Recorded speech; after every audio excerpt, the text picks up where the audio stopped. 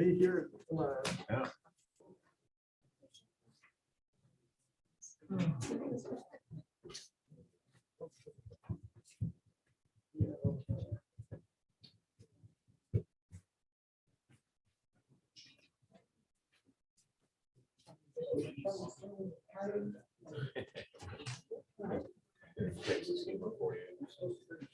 System Hollywood. Yeah.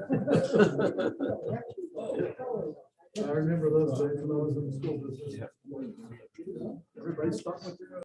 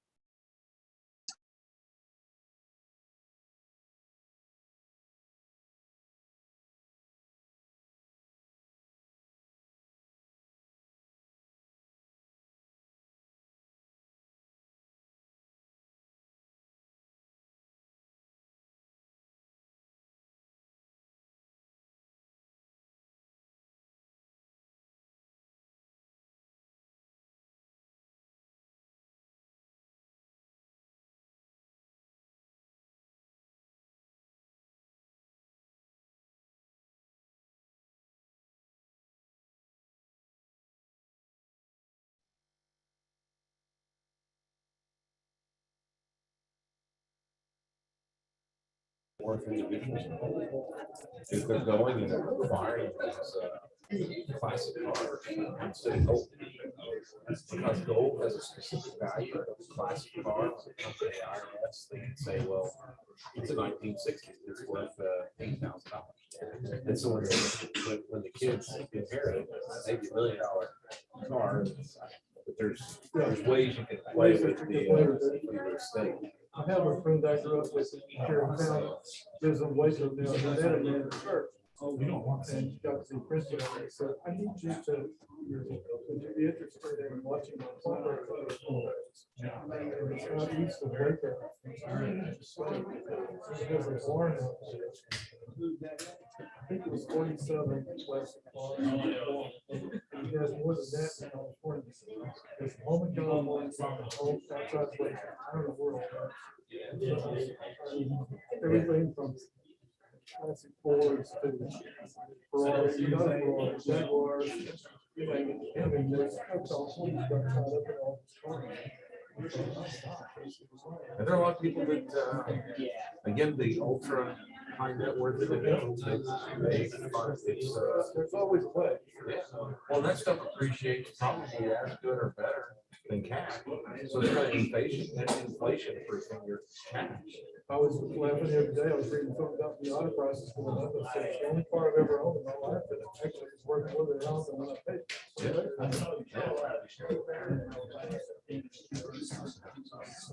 Obviously not a whole lot, but Yeah. it's still gone up, it's So- still going down. Like every year, in my accounting, I put all my stuff in QuickBooks. And so I do a depreciation of my value of my cars. So if it went down. So this is the first year that all my cars appreciate. They're actually worth more today than they were a year ago. My best friend has a 67 Corvette. It's what we all wanted when we were in high school. He spent a fortune redoing. I'm going for it now, but it's not. 30. Here's Craig. I'll give him 30 seconds. Man, that is on time, sir. Well, it's okay. We're here. It's 5:30, so. You don't have to sit down. Right. We'll set up and on you. Down to the next. Yes, sir.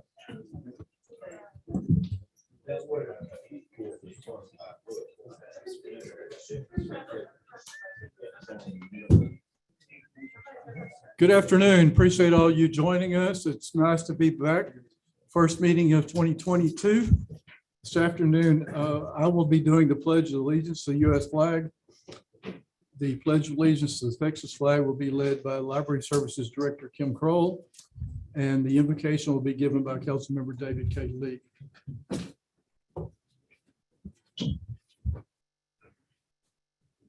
Please join me in the pledge. I Pledge allegiance to the flag of the United States of America and to the republic for which it stands, one nation under God, indivisible, with liberty and justice for all. Honor the Texas flag. I pledge allegiance to thee, Texas, one state under God, one and indivisible. So join me in prayer. Most precious Heavenly Father, we just thank you for this day. Thank you for at least a season that we get to experience a little bit of winter. And so we just pray for those that are out in it and continuing to work, all of those troopers that continue to do their job no matter what the weather does. We just pray this during this COVID season that you will also be with those that are working in the hospitals, those in and around the healthcare profession, as well as those at home that are dealing with this either themselves or within their family. And right now we want to lift up the O'Banions as we mourn the passing of Stephanie's father this week. Just be with Guy and Stephanie and Kay as they go through that, and Sid, and just again be with them. And thank you for this this group. Be with us this evening. In your name we pray. Amen. Amen. Thank you, David. The meeting to order. First item on the agenda is public comments. I think we have one, but it's for later in the meeting. Okay. Item 3, we have a guest tonight with money, I take it. Commissioner We like Schuman. those guests. We like those kind of guests. Come back often. Right now, to receive child safety funds presented by the Bell County, from Bell County, and it's a pass-through thing that we send on to BISD, but please go ahead, Mr. Schuman. Mayor and Council, thank you so much for having me this evening. My name's Bill Schuman. I'm a Bell County Commissioner, and I'm sure I'm not the one you were looking forward to have making this presentation. You're an upgrade. In the world of county politics, I'm the judge pro tem, I think. Well, you have the check. That's what's important. I do have the check. And I'm here tonight actually to present two checks, the child safety fee check and also the hotel motel tax check. Across the county, the registration fees that we collected, child safety fees were almost 11% higher than last year. About half the increase was due to, if you remember, the comptroller allowed people not to register their vehicles during COVID. And so that kind of flooded the system. The second thing is that we registered just a lot more vehicles last year. That being said, we collected the $1.50 fee on 306,297 vehicles in Bell County last year. Wow. One thing that's a little bit different this year is that due to the census, we redid the allocation the cities get based on their populations. And the good news is you went from about 5.88% to 6.22%. Since starting the program in 2001, Belton has received $412,312.19 for this program. Before I give you the check, I have to make one state disclaimer here. According to the Transportation Code, the county tax assessor collector may collect an additional $1.50 per vehicle registration. The funds must be spent on existing crossing guard programs. If the school district does not have a crossing guard program, the funds may be spent on programs designed to enhance child safety, health, or nutrition, including child abuse prevention and intervention in drug and alcohol abuse prevention. With that, I have a check for the city of Belton for $25,719.76. Mr. Rogers, would you step forward and take that money and put it right in the bank? I will.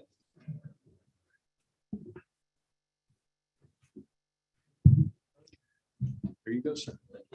I appreciate it. You bet. Next is the hotel motel tax allotment. Yes, ma'am, I would.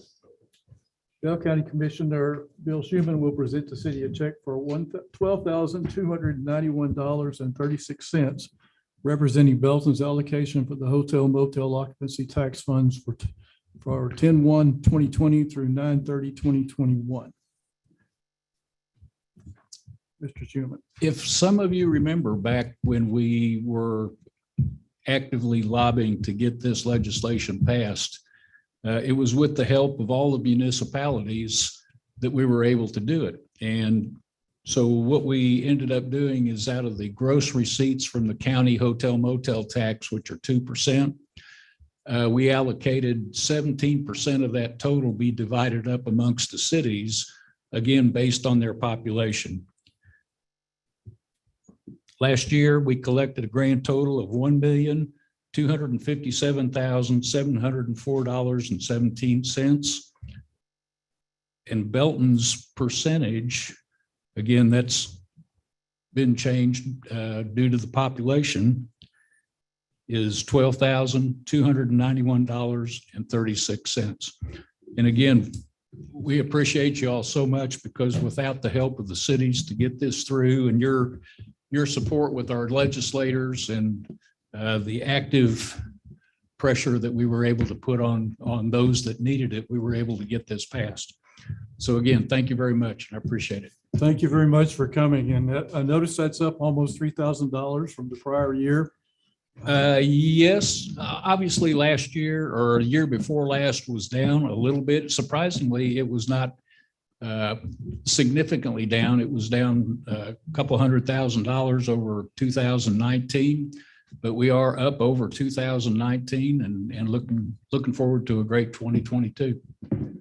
Thank you very much. Thank Appreciate your coming. Y'all have a good evening. Thank You too. Come back and see us. Be safe. Yes. Anytime. I'll send the handsome ones next time. All right, the items 5 through 10 are on the consent agenda.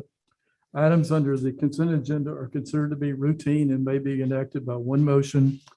However, if discussion desired by any council member, any item may be removed from the consent agenda prior to voting and considered separately. Item number 5, to consider the minutes of the December 14th, 2021 council meeting. Item 6, to consider reappointing Mr. Marvin Bell to the Central Texas Housing Consortium Board of Directors. Item 7, to consider a resolution authorizing of a notice of public hearing regarding annexation of 2 parcels as follows. A, one tract of land consisting of 2.88 acres situated in the F Madrigal Survey Abstract 554, Bell County, Texas, property identification number 472920, located on the east side of Toll Bridge Road between Shanklin and Elmer King Road. And item B, one tract of land consisting of 7.2 acres situated in the F Madrigal Survey Abstract 554, Bell County, Texas, property ID 105615, located on the east side of Toll Bridge Road between Shanklin and Elmer King Road. And those are voluntary annexations. Item 8, consider authorizing the city manager to execute an agreement for an administrative grant management services for a Texas CDBG grant number 7220021 for the Northeast Fifth Avenue Waterline Replacement Project. Item 9, to consider an ordinance abandoning a public right-of-way for a portion of Rose Lane located east of Interstate 35 and south of East Amity Road and conveying to the abutting property owners. Item 10, to consider authorizing the city manager to execute an interlocal agreement for mutual access to Biblioteca's cloud library digital resources. Does anyone wish to pull any of those items for further discussion? I'd make a motion that we accept consent agenda items 5 through 10 as presented. Second. We have a motion and a second. All those in favor, please say aye. Aye. Any opposed? I hear none. The motion passes unanimously. Thank you all for all the work on that. Item 11 is on finance, to consider and authorizing the issuance of City of Belton, Texas combination of tax and limited revenue certificates of obligation series 2022. We're going to hear a staff report from Director of Finance, Mike Rogers. Mayor and Council, City of Belton certificates of obligation will provide funding for several major projects, including the North Belton Elevated Storage Tank, Mcfarland Estates water sewer improvements, 6th Avenue water line replacement, and Loop 121 pump replacement. Although certificates of obligation are being issued, it will be utility revenue, not property taxes, that pay this debt. Our financial advisor, Jennifer Ritter, with Specialized Public Finance, is here to present the results of the bid opening this morning. All yours. Thank you. Good to be here. Hopefully we have exciting news for you tonight. There's a presentation booklet at the dais as well as up here on the screen. So I just want to kind of start briefly with the beginning. We did have to go out and get your bond rating updated from Standard & Poor's. You currently, prior to the sale, had a AA- rating from them. AAA obviously being the highest, and AA+, AA, AA-, and then it goes into single A's and then down below that. AA- is obviously a very strong category, 2 away from the highest investment grade. So it's a very strong rating for a city of your size. We had a conference call with city administration, and they did come back and affirm the AA- bond rating that you currently have. A couple of things in here, it's a little bit difficult to see up on the screen, but I've got notes in front of me. They said the rating reflects, and you can read this at your leisure, although it's a little bit sleepy perhaps to read it. So I'll let you do it if you feel like it. Your very strong reserve position, even though they know that you are going to spend some of those reserves down for capital projects, they understand that. But keeping those reserves at sort of the 25% to 30% threshold are helping on this rating. The financial performance that generally outperforms the budget, your growing economy on I-35, even though they say your wealth and income metrics are below U.S. averages, nothing you can control there. And then strong institutional framework score, which is kind of a reflection of sort of how Texas funds city government. It is a stable outlook. The upside could be that if you continue the economic expansion, basically growing the tax base a little bit, that could lead to an upgrade to the AA category. Downside was essentially if you keep drawing down on reserves below that policy level. So those were the concerns there. They say elsewhere in the report that they don't anticipate lowering the rating anytime in the next couple of years. So congratulations. That's nice to be able to have. Thank you. Okay, I'm a little hot with the button here. I'll put it down. So this chart is one that we show quite frequently. Did I mess it up? Yeah, if you just keep the binder off the desktop, you'll be Just good to don't go. touch it. Just Just don't touch. That's a very politically way to give, I gotta tell the kids, don't touch. Oh, all right, okay. I'm just gonna touch this part and not touch that at all. That works. So this sort of graph here is what you're probably typically used to seeing from us, is a 10-year history of municipal bond interest rates. On the left-hand side is 10 years ago, the far right-hand side is today. The green line represents general obligation type of tax supported issues. The blue line above that is for revenue supported issues. You know, at the beginning of the year, and I say that recognizing the beginning of the year was just a few days ago, but there wasn't a lot of trading in the municipal market. Treasury yields, if you were paying attention, have gone up quite significantly over the last few days. It's kind of everyone wonders what's going to happen in 2022 with interest rates in general. The Federal Reserve has obviously stated their intention. And so we're seeing a little bit of, I would call it skittishness in the market. So the last week, we saw a double-digit increase in municipal yields in your market. So I was getting a little bit concerned. Would actually continued into yesterday with a 3 to 4 basis point increase. So that's 0.03%, excuse me. So we were a little bit concerned about where interest rates would come out, but my hope was that there just simply hadn't been a lot of people selling bonds because it was so early in the year to be able to test. And I think that on the next page here will reflect what actually happened. So we really didn't have too many people selling bonds on January 2nd, for example. So when we actually got out and this was our firm's first sale of the year as well, had that sale, you can see interest rates came in, the winning bid there, 1.84%. Well below expectations for where we thought interest rates might end up being. I think at one point we'd been running interest rates for you about 2.4%, hoping it would be less, but I was hoping it would be the low twos. To get below 2% is certainly exciting. I think there was pent up demand. Your bonds came at a good time early in the year when there weren't a lot of papers or bond sales for investors to be able to go high quality paper. I keep calling it, that's a bond term. There wasn't a lot of high quality bonds for people to be investing in. So when your deal came, we saw a number of bids, obviously very competitively. You can see the cover bid or the second bid there is just 5 basis points higher. So they were pretty consistent. But that winning bidder there is FHN Financial Capital Markets out of Memphis. They used to be called First Tennessee. You may have heard of that bank. They changed their name to FHN. So they are the winning bidder with the lowest interest rate. We checked it out. It did come in and everything checked out accordingly. And actually, when we restructured it to have level debt service, they allow us to do that. Per our bid specs, it actually came in at a 1.83%. So we actually picked up a basis point at the end of the day. Bids were received through a competitive process at 10:30 this morning. So everybody had a chance to bid who wanted to bid. And I think having 7 bids kind of reflects that. So just to show you the structure, I'm actually going to come back to that here in a minute.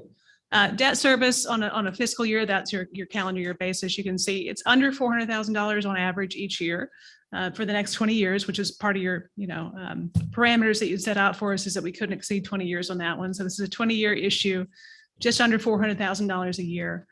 Sources and uses, even though we are funding 6.6 million of projects, as you can see from the par amount, something that we come up with somewhat frequently on these questions, we're selling 6.295 million worth of bonds, but we're funding 6.6. That's because under sources of funds, you'll see a reoffering premium. If I were to skip back here to the pricing summary, essentially everyone thinks interest rates are going up, so they want to have a higher coupon attached to it than the reoffering yield. So what they're doing is they're paying you more than face value for your bond issue. So we actually, in this one, have $443,000 worth of premium. It's pretty typical for the municipal markets in general to have that premium. The whole point of showing that is just to let you know that even though we are selling 6.295, we are funding 6.6 million of projects. They're just paying you basically a couple extra pennies on the dollar to be able to have that higher coupon than reoffering yield. So standard in the market, certainly it's allowed because we want to get the lowest interest rate overall, so it works out to your advantage. And then cost of issuance are actually picked up on that as well. So again, 6.295 covers the entire 6.6 million in project costs plus our cost of issuance. So assuming all goes and you guys decide to approve tonight, we'll close on February 8th. That's when the funds will actually be delivered to the city after Richard Donahue, your bond attorney, does his work and gets this to the Attorney General. We don't expect any problems, but he's certainly here to answer any questions should you have them on that front. So all in all, better than we had hoped for. Hopefully you guys are pleased with that and happy to serve you all.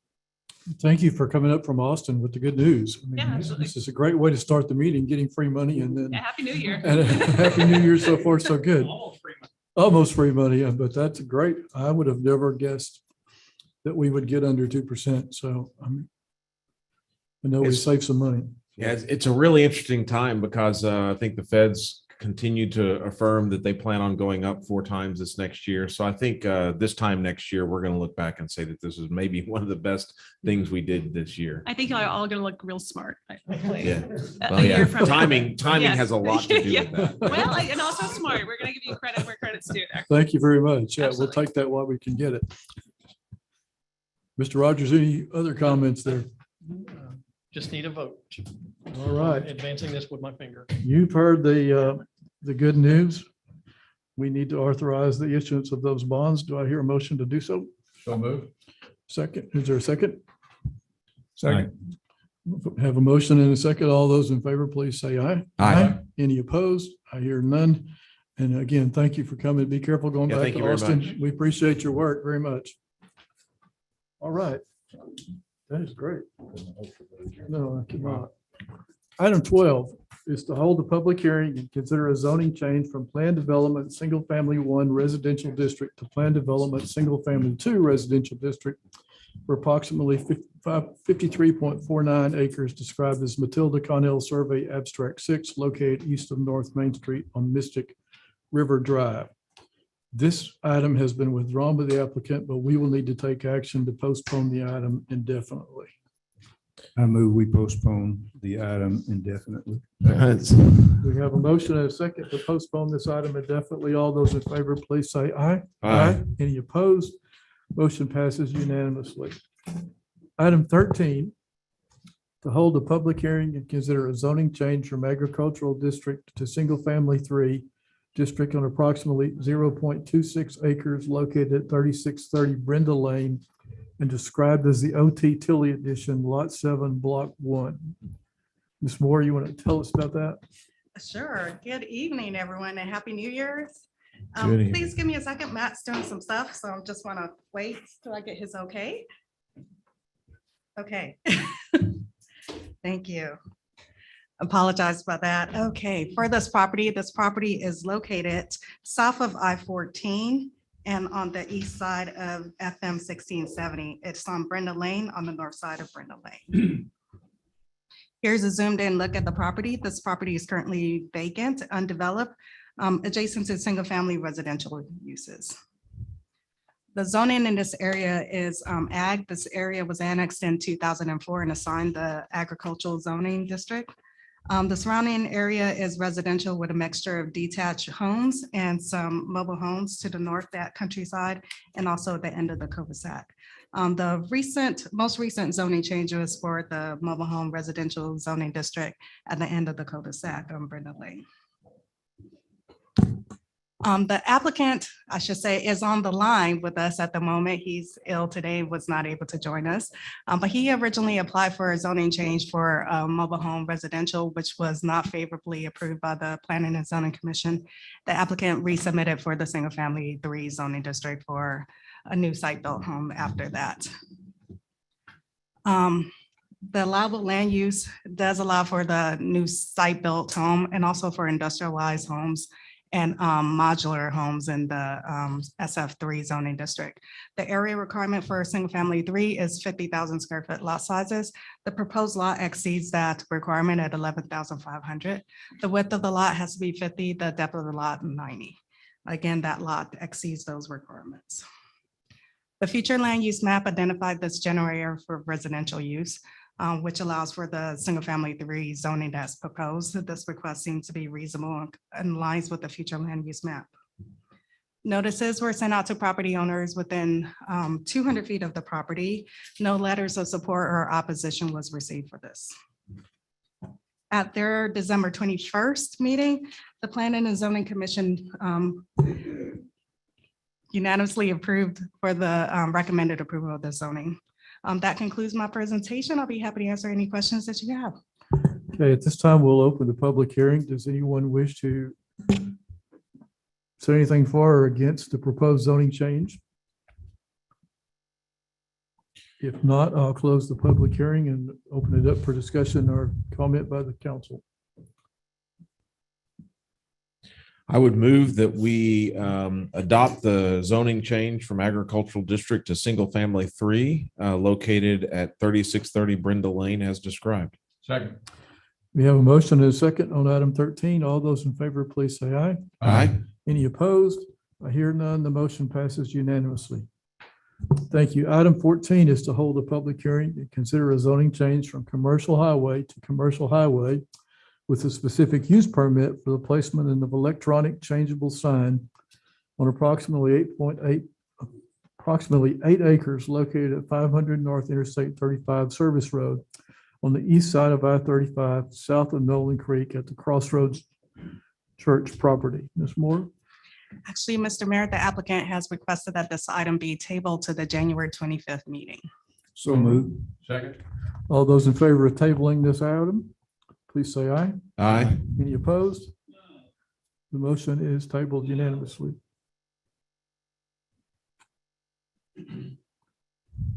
Item 15. To hold a public hearing and consider a zoning change from single family 2 with conservation revitalization overlay SF2 with overlay to retail with a specific use permit for a private club district on approximately 2.186 acres located at 101 West Avenue A, which is the American Legion post number 55. Tina. Thank you, Mr. Mayor. This property is located west of Main Street. It is also west of the Nolan Creek. It's on Avenue H on the north side of the roadway, and it's right next to the finance department location. Here's a zoomed in look at the property. As you can see, it's developed with 2 buildings and improved parking lots. This is the American Legion. It has been operating at this facility for many years prior to their inception of the zoning codes. They're operating as a legal lawful business at the present. The zoning in this area is single family 2 with a CR overlay, with the exception of across the street, which is multifamily residential for apartment complex. The applicant has recently submitted a liquor license application in to allow for the sale of beer and wine at this location. As part of the Texas Alcohol Beverage Commission's approval, they require zoning change to happen so that they know that the zoning is in conformance with their requirements. The proposed use is permitted in this retail zoning district. The SUP will allow for the sales of for the private club and also allow for just the restriction of the alcoholic sales to club members. The allowable land use, the proposed use is does permit on-premise beer and wine consumption for private club members. The lot exceeds the area requirements for the zoning district. Because this is an SUP, we have to make sure that certain parameters are met. The use has to be harmonious and compatible with the surrounding existing land use. Activities requested by the applicant is normally associated with the requested use. The nature of the use is reasonable and has any impacts to the surrounding area been mitigated. This land use has been here for quite some time as the American Legion. There should not be any negative impact from this proposed use. It appears to be reasonable and it's just an extension of their current operation to allow for beer and wine sales. The future land use map identified this area for residential uses. Notices were sent out to property owners within 200 feet of the property. We received 1 letter of support, and that was actually from the applicant for the property. The Planning and Zoning Commission heard this item at their meeting on December 21st and recommended approval of the zoning change. I'll be happy to answer any questions that you have. And I just want to point out that Mr. Bailey, who is the president of Post Commander, apologize for that, is here. Should you have any questions that I am not able to address? All right. At this time, we'll open a public hearing. Anyone wishes to speak for or against this item? If not, we'll close the public hearing and open it up for discussion, comment by the council. I was a little confused when I first started reading through it, but then I realized what it was. It's like, I didn't realize that they weren't selling alcohol there currently. So, yeah, so since I assumed it was already going on, I guess it's probably a good thing to vote for. I think a lot of people assumed that it was already going on. Oh, yeah, that's good. Yeah. Dry bingo. Sort of. All right, do I hear a motion?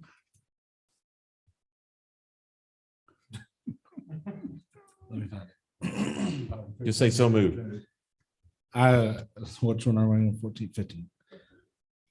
Motion, sorry. I make a motion that we approve item 15 as presented. Second.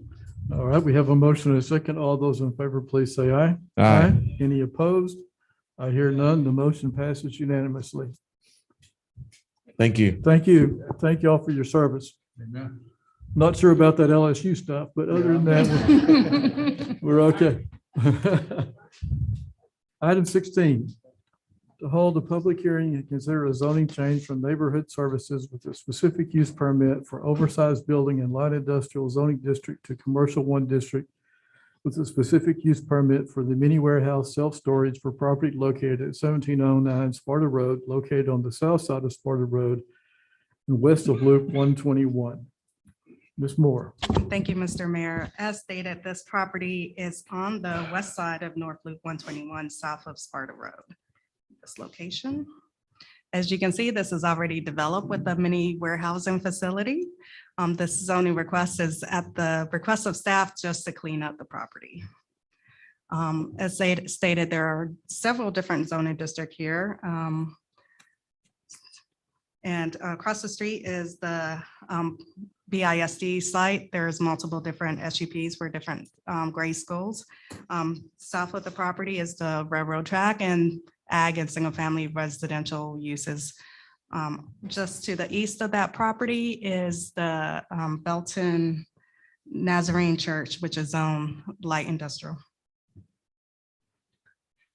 All right, this is an existing platted lot and developed with the mini warehousing. The applicant recently purchased the property. During that purchase, there was a lot of requests from staff to find out whether or not it was a legal conforming use. The neighborhood service district is not a conforming use for the existing use of the mini warehousing. So that's why staff requested that the applicant rezone the entire site to 1 conforming zoning.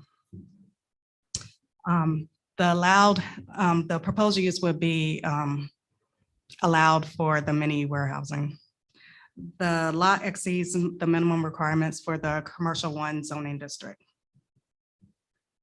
For the SUP, this is an existing use. We're just clarifying our zoning to make sure that it is consistent for the entire property. The future land use map identifies this general area for commercial use. The requested zoning change appears to be reasonable at the location. Notices were sent out to property owners within 200 feet of the property. We received no letters of support or opposition for this zoning change. The Planning and Zoning Commission heard this item at their December 21st meeting and recommended approval for the item. I'll be happy to answer any questions that you have. Thank you, Tina. At this time, excuse me. At this time, we'll open the public hearing, and if anyone wishes to speak for or against the change in the neighborhood services specific use permit on item 16. If there are none, I'll close the public hearing and open it up for council consideration. Again, I assume they were doing mini storage there already, so I guess approving this is logical. So I'd make a motion that we approve the requested zoning change from neighborhood services to commercial 1 district with an SUP for mini warehouse storage. Second. Have a motion and a second on item 16. All those in favor, please say aye. Aye.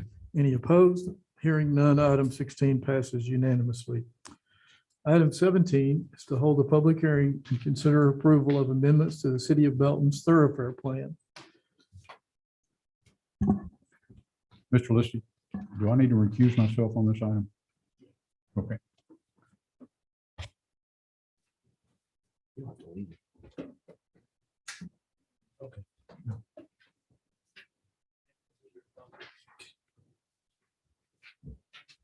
Thank you, sir. So if I drive cars on the roads in Belton, do I need to recuse myself? A clear conflict of interest.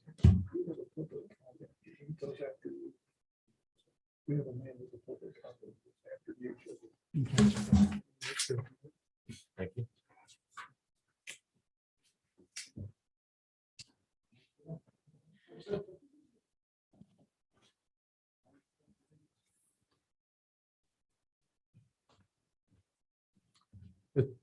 At this time, we'll open the public hearing. I think we have one person signed up to comment on this item, Mr. Brian Gilchrist. Mr. Gilchrist, if you would come up and identify your name and give us your address, please, sir. 28 Tollbridge Road. Thank you. Go ahead. Yes, sir. Yeah, we live right on the south side of the old toll bridge itself. My neighbors here, we have well over 90 years of living in this combined, I should say, living in this area in the same place. And we're just looking for, and you know, I might be talking about this, a change in the proposal instead of an 80-foot wide easement to something more reasonable for what we've been accustomed to. We were not privy to the agreement to a subdivision being put in on the other side of the river, which once I calculated is some tiny little lots, probably with substandard construction. I'm guessing just to get money in Belton. So we'd like some more input on that as well. But they're widening the road on the other side. I understand that, bringing sewer and city sewer and water in through there. But to change our area drastically like that should take some more consideration as well. Instead of everybody on that road has a considerable size lots and nice houses. So anyway, that's my input. So if y'all would kindly consider changing the road from 90 feet, from 80 feet or something like that to something more reasonable on the, this would be on the south side of the toll bridge itself. All right. Thank you, Mr. Gilchrist. Appreciate your coming. Mr. Van Til. Great. Thank you, Mayor, council members. I'm sorry. This time, is there anyone else who wishes to speak for or against this item? Yeah, Mr. Trader, come on. Yes, sir. If you'll come up and give us your name and address, please, sir.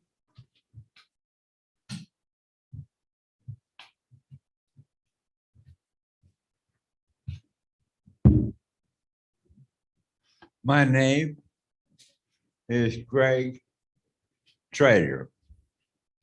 I live in the toll house that is in the proposed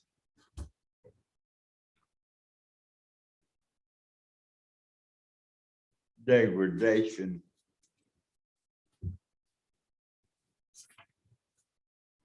of that road.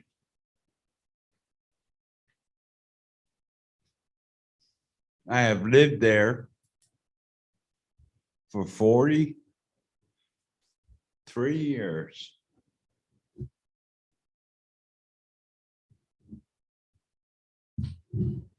It has been the wishes of Bell County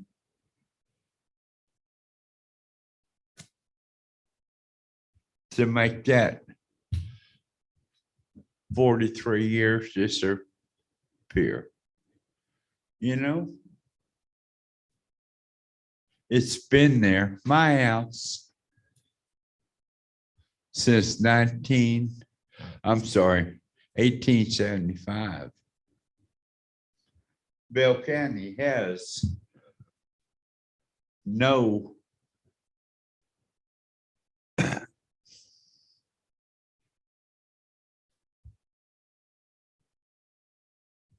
purpose to create any history in that area. Mr. Sam Listy would just as soon they come in there with a bulldozer and push my house, push my trees, and push the history of Bell County into the ground.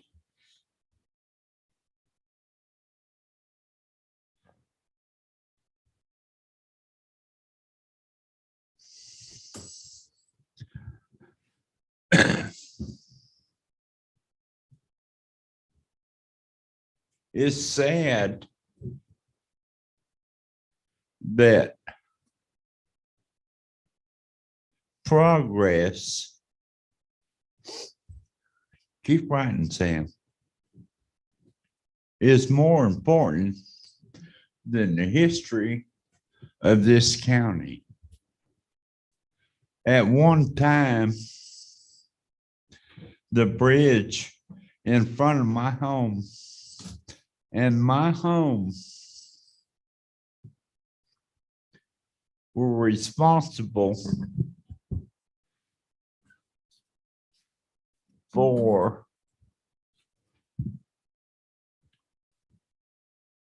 the future development of Bell County and the right of way from San Antonio to Fort Worth and Dallas. It was the original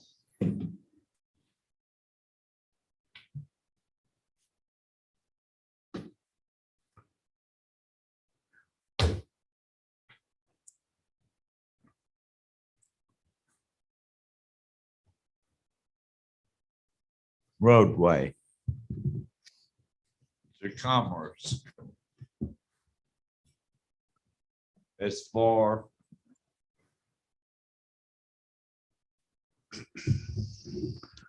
as Mr. Trader, I'm going to ask you to finish up. so we can- you can ask me everything you want. I don't give a rat's ass.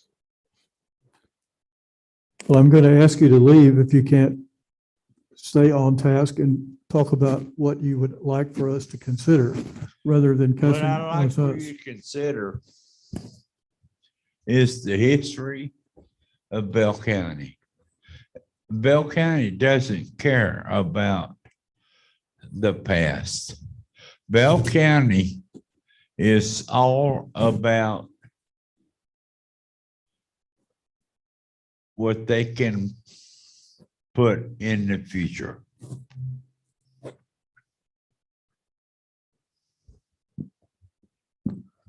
Okay, Thank Mr. you. Trader, thank you for We your appreciate time. We appreciate your I'm input. not done. Yes, sir. Well, have I had my 3 minutes? I've lived Yes, here sir. for Yes, sir. 42 You've had years. You've had I've more than lived- 3 minutes. We want I've to give you lived here time to for change. 42 years. And I get 3 minutes. Yes, sir. Thank you. Mr. Van Til, at this time, we'll close the public hearing. Oh, do you have somebody else? I have a question about number 6. Say your name and address.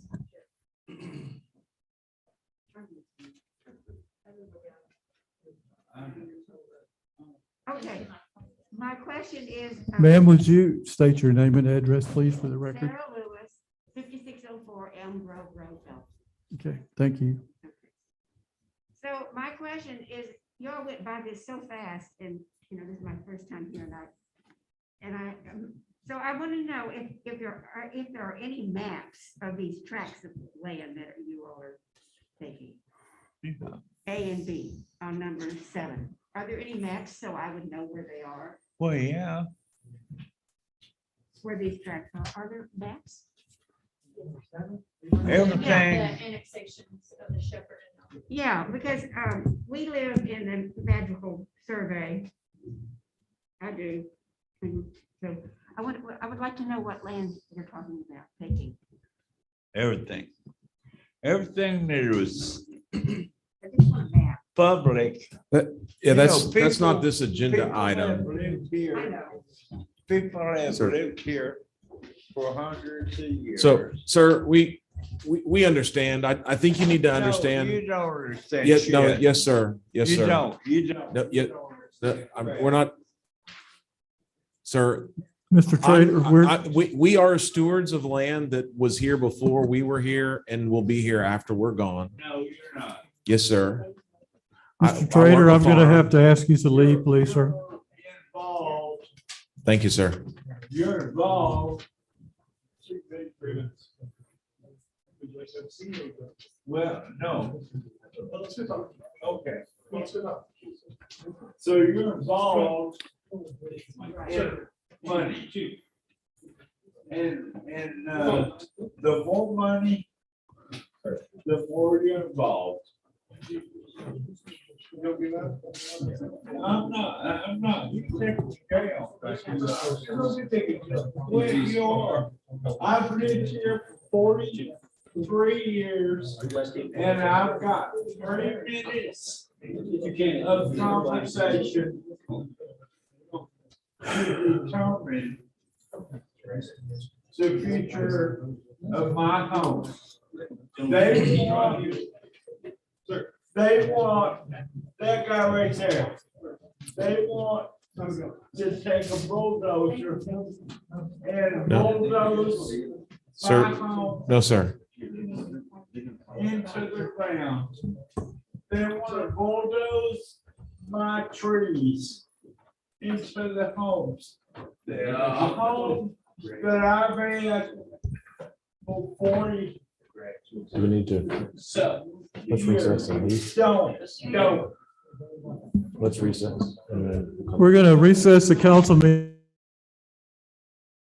It's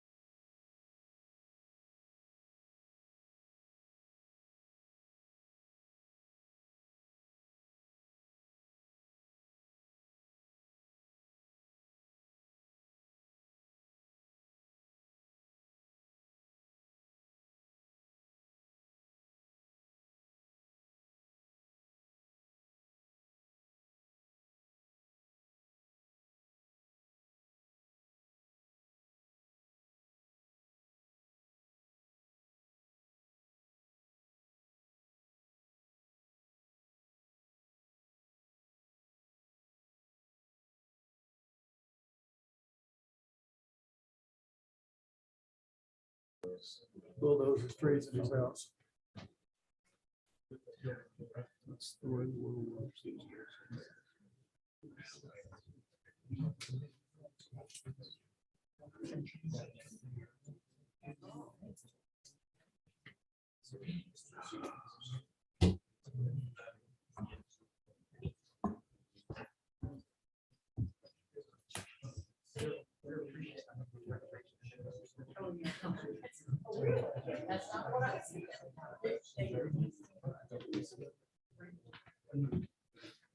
We've got our built in the late 1800s.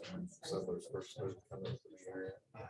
And it's being dismantled now by the city of Temple because it's in the way. It's in the way. It's actually not in the way.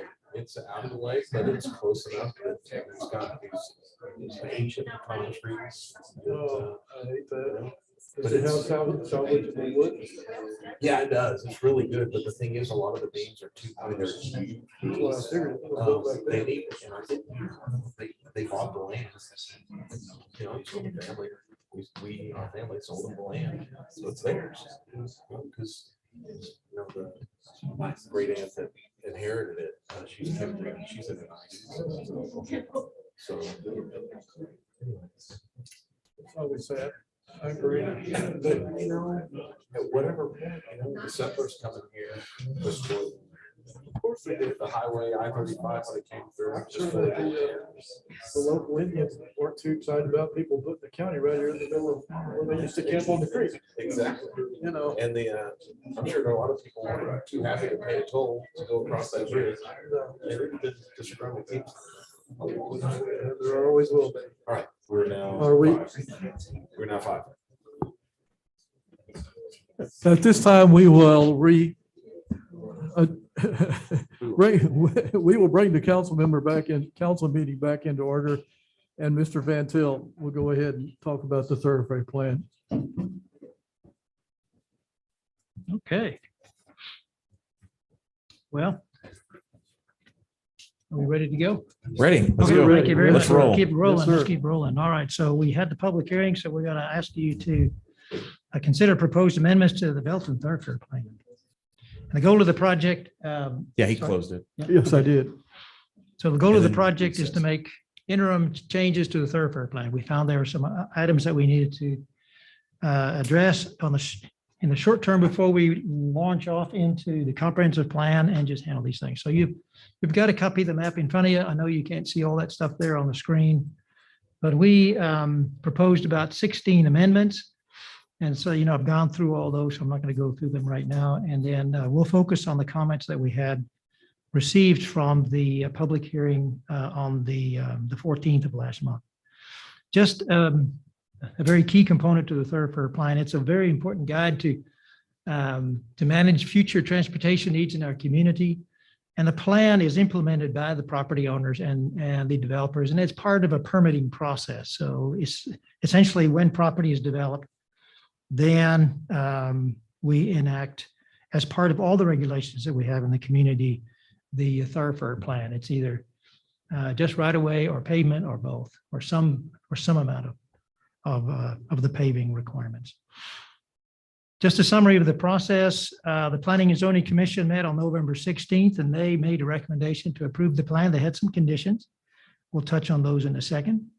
The City Council had a public hearing on December 14th, and we had 5 property owners speak at that time. And so the council took that input and asked us to get back with the folks that spoke at the time and postponed or tabled the public hearing to today, January the 11th. And this gave us time to talk with the people that were at the public hearing and discuss what we were trying to do and how we were going to try to do it. And so what I'd like to do is just kind of touch on the projects that or the areas that were discussed at the last meeting. So we had about 5 people come to the meetings and talked about Spring Canyon Road and the east-west thoroughfare from I-35 to Elm Grove down by the River Farms property. And we'll touch on this in a second. We talked to a gentleman from, there was a gentleman from the Connell Street property from Magnolia First Baptist Church, I believe. We had some discussions on Shanklin. We talked about, Shanklin and Avenue D. They did not come to the meeting, but we did have conversation with folks about that. And then, of course, the Toll Bridge Road area south of Lampasas Road down to Elmer King. So this area right here is, oh, here it is right here. In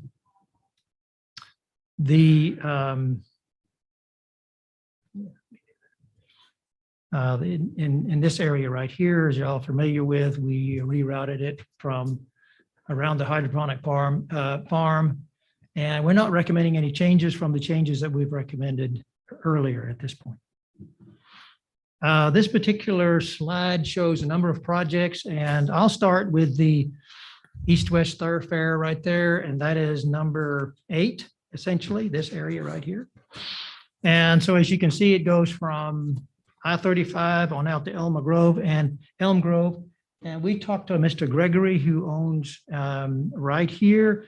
And after we had that very fruitful conversation, he understood how the plan is intended to operate, and he was comfortable with what we discussed, and his questions were answered.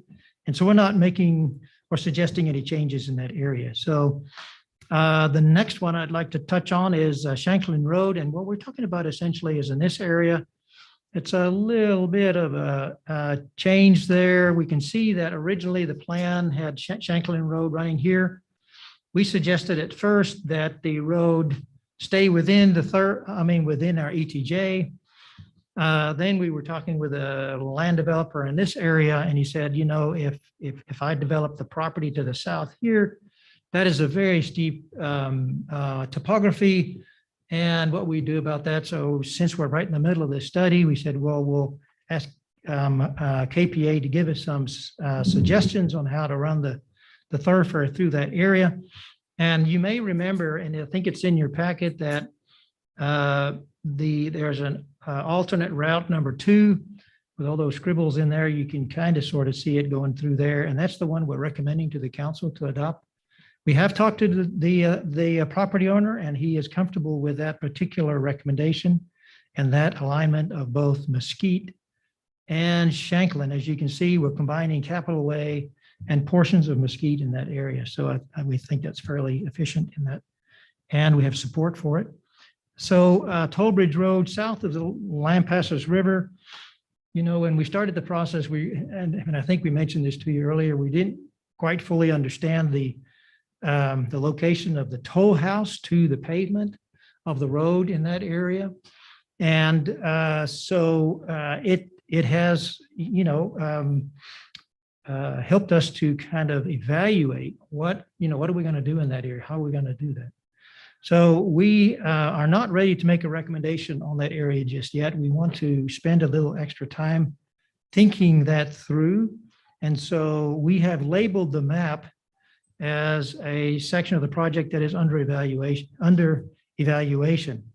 And that's the section from the river down to Elmer King. And so we need to think about that some more and provide the council with more detailed recommendations in that area. All right. In terms of Avenue D, we originally started the process by eliminating the route away from this.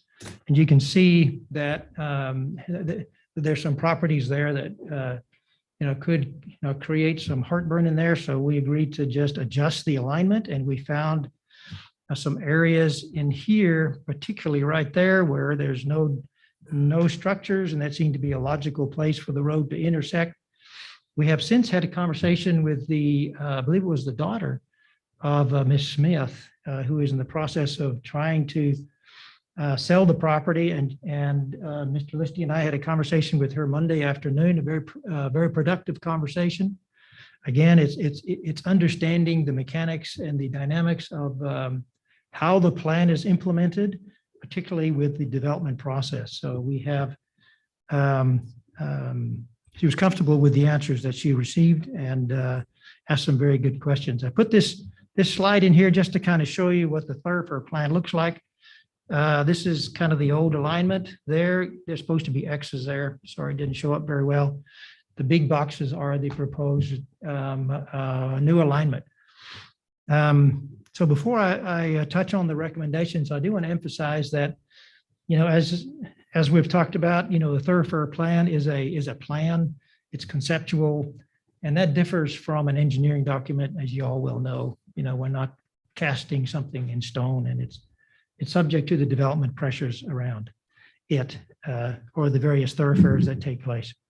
So our recommendations this evening is just to reiterate what the Planning and Zoning Commission did. They recommended approval of the proposed changes. They had some conversations from people along Southwest Parkway and Mesquite Road that raised some concerns. And those concerns were alleviated at the meeting when they understood how the project or how the plan is being implemented. And then number 8, referring more specifically to Toll Bridge Road, because of the conversations that Mrs. Trader brought up about the toll house. And their recommendation is that it should be further considered based on the concerns expressed by the traders more specifically. And that kind of relates to the whole conversation of Toll Bridge Road south of the river. Of course, we would recommend you conduct the public hearing, but we've already done that. So I hope that you are at a point where we can move forward with action on the thoroughfare plan. And we would ask that you approve, there's an ordinance in your packet that will adopt a thoroughfare plan, subject to the conversations that we had, but primarily due with the exception that the staff is making a commitment to the council that within 6 months, and we've picked July 12th this year, to bring a recommendation back to you about Toll Bridge Road and some alignments that we feel will be very helpful and productive in that area. So Mayor, Council, I'm going to stop right there and see if you have any questions. Two questions. I think you just said, I want to make sure that we were clear. You've talked to all the folks who were here at the December 14th meeting and tried to at least address and review some of their concerns first, correct? Almost everybody. I contacted them. I did not speak with, or I sent Mr. Mahler an email, who is interested in Spring Canyons. Thank you. And Mr. Bell, who spoke on Connell. So I appreciate that. Yeah. And then secondly, to address what you just said about the Toll Bridge home property, that section is not going to be included at this point in time. Is that correct? Yes, sir. That's correct. Okay. Yes, we would like to have that.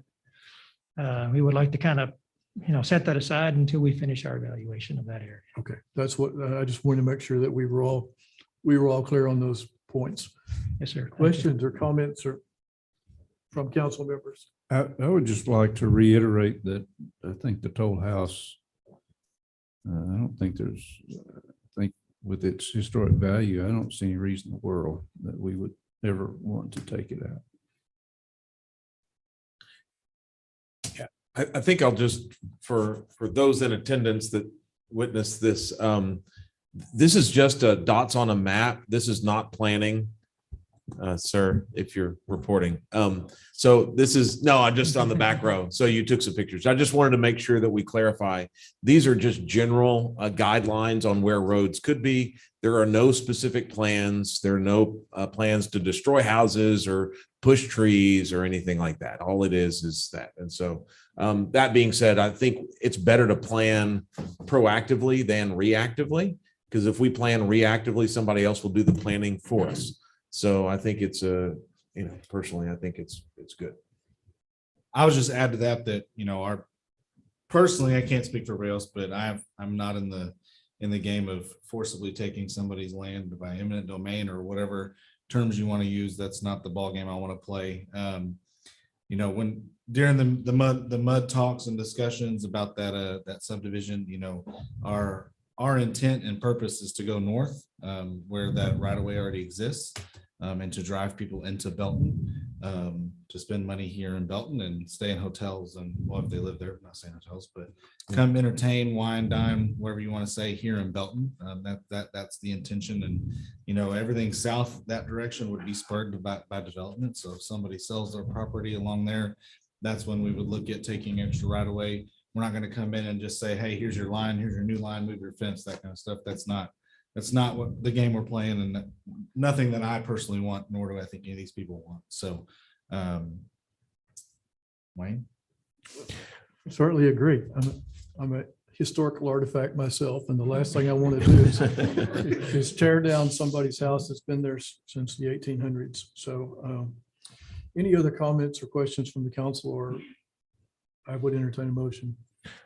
Well, I move that we approve the attached thoroughfare plan with the amendments.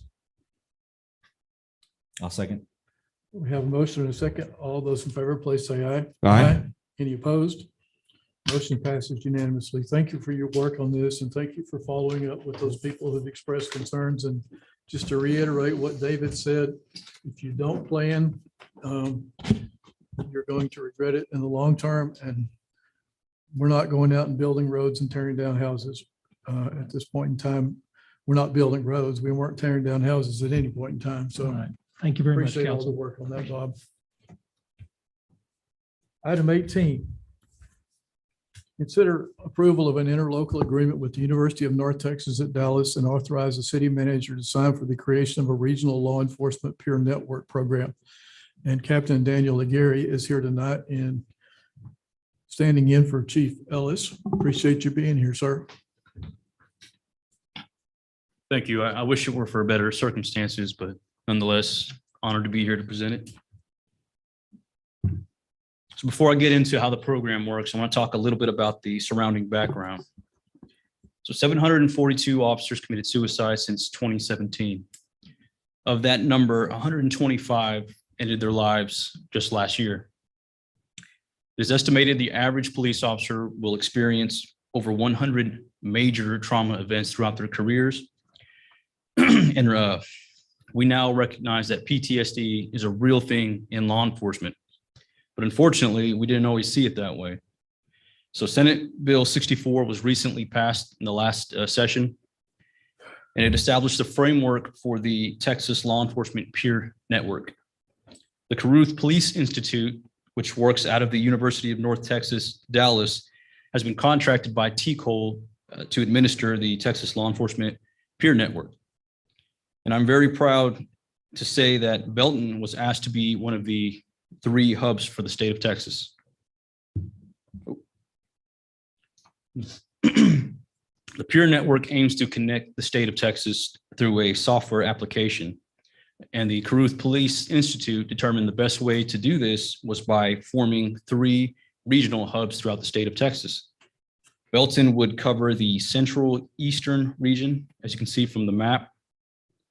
And just to show what the rest of the map is showing, Irving PD would take the north region, FAR PD would cover the Valley southern region.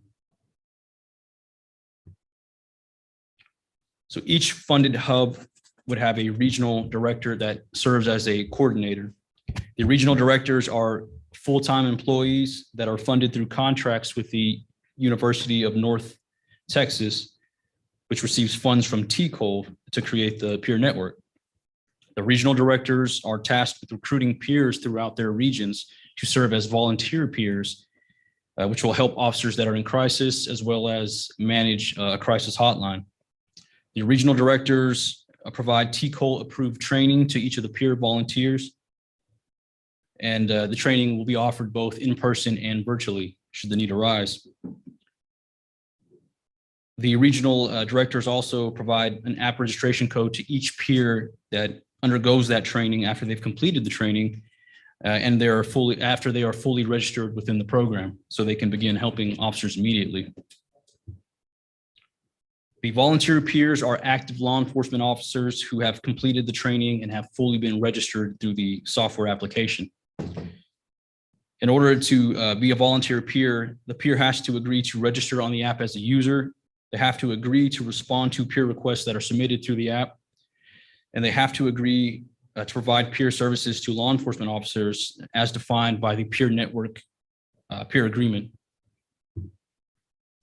So this is a new program. And I say that because the app is still currently under construction or being developed. But my understanding is the way that it'll work, it's very similar to a rideshare application where you sign in and you try to select the user whenever that person needs help, you know, in order to reach out to one of these peer volunteers. So if we were to move forward, Belton would hire a regional director to develop the peer network for our region. 2 years of funding would be provided to Belton by the Caruth Police Institute in the amount of $132,500. And our objectives would be to train 75 volunteer peers within the first year, to host monthly training events for those peers, and to promote the peer support application within our region, and to report stats back to the Caruth Police Institute on our program's efforts and hopefully success stories. Questions? Wow. And I'll probably say that a little fast, but No, it's great. It is great. And It's a great honor. And I think it really reflects what you guys here at the department have been doing and practicing. I mean, you guys are very proactive, speaking proactive earlier. You guys are very proactive in the relationship aspect of what you do, which is important. Thank you. So, Thank you. Congratulations. just second that. Congratulations. I'm sorry that Chief Ellis couldn't be here tonight to present this because his son does have COVID and he's quarantining at this point in time. But Captain, this speaks highly for the entire department, Chief, and you and Deputy Chief Berg and everyone in that department. We brag about Belton PD all the time, and this just shows you that we're not the only ones who appreciate what y'all are doing. So thank you for bringing this to us, and congratulations for being selected, one of the very few in the entire state of Texas. Thank you. Appreciate it. Comments or questions from council members? If not, I would entertain a motion to approve the interlocal agreement with the University of North Texas at Dallas. So moved. Second. We've had a motion and a second. All those in favor, please say aye. Aye. Any opposed? It passes unanimously. Thank you again for coming. Excellent. Excellent. Item 19 is to consider award of a bid and authorizing the city manager to execute the construction contract for the 2021 street and utility improvements project and any change orders associated with the contract not to exceed the amount authorized under state law. Here, a report from Interim Director of Public Works, Matt Bates. Mayor, council, sorry, I'm obviously the loudest guy in the room. Appreciate you guys allowing me to come along today and explain this exciting project that we have kind of coming along here.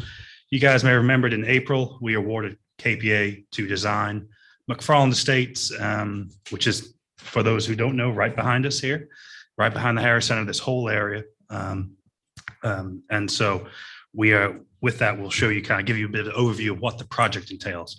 One of the small things that was an addition in there, but that is, we're very excited from a maintenance standpoint, is 24th and Main Street. That is redoing a portion of the sewer line. You may have seen Big Red usually hangs out right over there, and it's over there quite a bit. And so that's because there's a belly in that sewer line, kind of routinely backs up, and we need to kind of back that out. This will be redoing that, resleeving that, and kind of getting that up and squared away. That's going to be a huge maintenance saver for us as a department. We then move on to the Mcfarland Estates. Really, there's three things I kind of want to cover with you guys. The water line improvements. So the majority of that, there's 1 inch and 2 inch lines throughout this neighborhood, an older neighborhood. And so when we experience a lot of water use, there becomes pressure issues. We receive those calls. Essentially, what we will be doing is going throughout that network of streets up here, taking the 1 inch and 2 inch lines out and replacing them with 8 inch water lines. The next part is wastewater lines that we have a lot of problems there on FM 93, 2nd Avenue here, and Smith Street. Similar issue. It's almost zero grade and it kind of frequently backs up. There is some redesign done there with the wastewater lines to pull that and deliver it efficiently and quickly to the trunk sewer line there along the Nolan Creek hike and bike trail. And then finally, on our way out with all the positive utility work that's done in the area, A lot of these streets are in major need of repair. Several, Boyles and Burnett in particular. Burnett's the one with the trees in the middle of the road, if you've ever been down there. But those will be full reconstruction with ribbon curb. This is a shot of Boyle Street here as well. And so those roads will be real positive, really great for the neighborhood. And then Greenway, 3rd Avenue, Smith Street and Alexander, they will all receive a mill and overlay. And so you're familiar with that. Mill and overlay work that you see around the city will be a real bright spot, again, to this whole area. We did bid the job. So here are the bids that we received on December 16th. Again, you're imagining there's a lot of fluctuation with materials and costs. And so we saw Patton Construction out of Taylor, Texas. They're a reputable contractor that does good work. And so we're confident that they'll be able to do this job. They were the low bid for the job there. And then with that, we're really recommending the approval of it. I'll take you back just to the bid opening there. But we're approving the award of this job, the 2021 Street and Utility Improvements Plan to Patton Construction. Thank you, sir. Go ahead. Yes, go for it. And I do, real quick, I do have John Simsick, our KPA engineer here, to help us out if it gets too technical. I was just going to ask, a lot of times there's a estimate of probable cost and then this comes in bid compared to that. With the fluctuations, did we see any divergence? I mean, did we think it was going to cost $20 and now it's 1.5 million, or we thought it was going to be? Where our OPC was kind of coming around the 1.3 mark. Okay. I think that's really, again, a testament. The biggest thing, and I'm seeing on other jobs, is PVC pipe. I think you maybe saw in the Telegram article that we did, and we kind of put some comments in there, but the larger size PVC pipe is so hard to come by. People are holding it and it's going for a dear price. So it's very hard for contractors to work through. So I think with a head nod from John, that was kind of really some of the large, especially when you're talking about the amount of utility work we're doing. Everything was 8-inch with the water line and the wastewater line. And that really kind of drove that cost higher than anticipated. A lot of construction stuff that I've seen is 30 to 50% higher on materials. And so, 1.3 to 1.5 is not that high compared to where it is. So yeah, that's reasonable. We were discussing Heritage Park today, 400% up in steel prices from when it initially started design. So just again, showing you some of that stuff. So. Other comments or questions for Mr. Bates? I think this is an exciting project. This area, I think it's really going to make it look a lot better for the homeowners and the people that live in that neighborhood. Probably overdue, and it's one of those things where you wish you could have done more sooner, but I appreciate the work that y'all have put into this. It looks like a win-win for everybody. And as David said, prices are up, but this is not unreasonable considering what's going on with the price in the pricing world and the construction world. Not a comment. Yes, sir.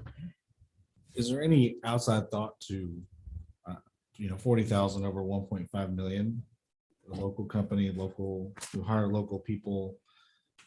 Is that anything worth discussing, or is it, just a little bit?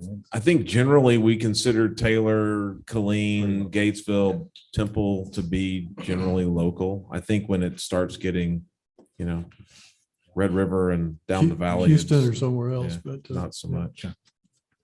And I understand the consideration. It sort of gets into a real gray area if you start making those kind of determinations. Yeah, no, I would just. No, I think it's a valid question. Still relatively new at this. So. Yeah, no, It's a well, valid question. it's been brought up before about services, and we want to support those that are local. Yeah. Okay, we have Mr. Bates's presentation. Do I hear a motion?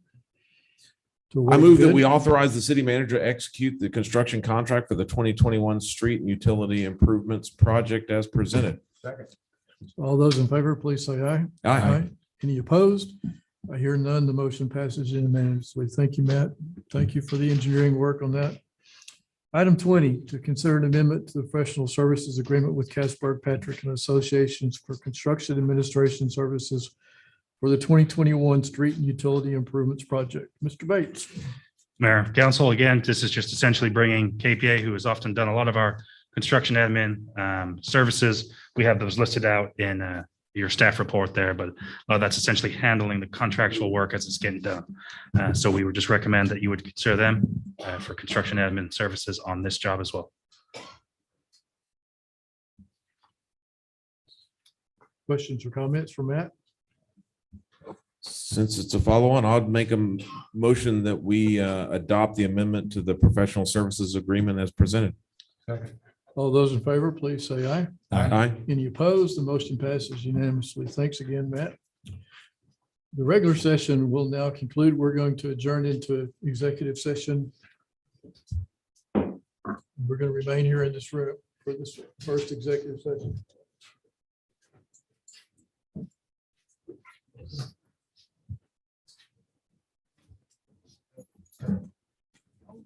You just on the phone.